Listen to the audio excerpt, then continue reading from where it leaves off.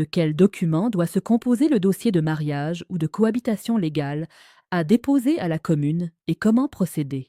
Bien que le Code civil ne soit pas aussi précis en ce qui concerne les documents à fournir pour une cohabitation légale que pour un mariage, le mieux est de présenter un dossier identique dans les deux cas.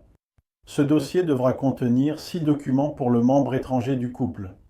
Premier document, son passeport en cours de validité. Deuxième document, son acte de naissance en format intégral.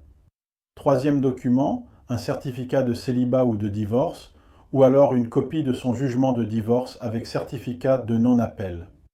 Quatrième document, un certificat de nationalité.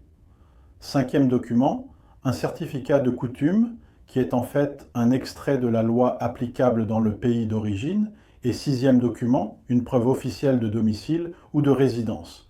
Si vous êtes en séjour illégal, il s'agira de l'annexe 3 obtenue ensuite de l'introduction de la demande de régularisation de séjour dont nous avons parlé dans la vidéo précédente. L'acte de naissance et le certificat de célibat ou de divorce, ou encore le jugement de divorce accompagné du certificat de non-appel, doivent obligatoirement provenir du pays d'origine et être authentifiés par une apostille ou une légalisation. Ils ne sont valables que pendant 3 mois, et s'ils sont établis en langue étrangère, ils devront aussi être traduits dans la langue ou une des langues en vigueur dans votre commune. Quant aux certificats de nationalité et de coutume, ils peuvent provenir du consulat ou de l'ambassade de votre pays en Belgique. Pour le conjoint belge ou établi en Belgique, aucun document n'est normalement requis, mais il est préférable de fournir une copie de l'acte de naissance afin d'accélérer la procédure.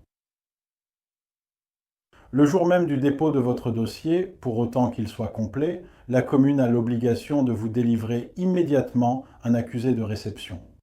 Or, dans la pratique, la plupart des communes ne remettent pas ce document sous prétexte qu'elles doivent d'abord faire procéder à un contrôle d'adresse ou à une enquête, ou qu'elles doivent d'abord contacter l'Office des étrangers, ce qui aboutit généralement à la notification d'un ordre de quitter le territoire.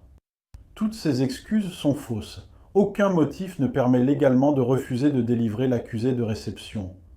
J'insiste donc sur le fait que cet accusé de réception est indispensable, et il l'est pour 2 raisons principales. Premièrement, il a pour effet d'empêcher toute expulsion du pays jusqu'à la fin de la procédure. Deuxièmement, il fait courir les délais légaux.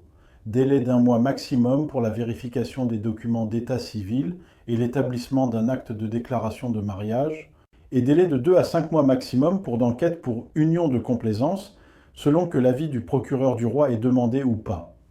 Si vous n'avez pas d'accusé de réception, vous ne savez pas prouver quand le délai a commencé, ni quand il prend fin.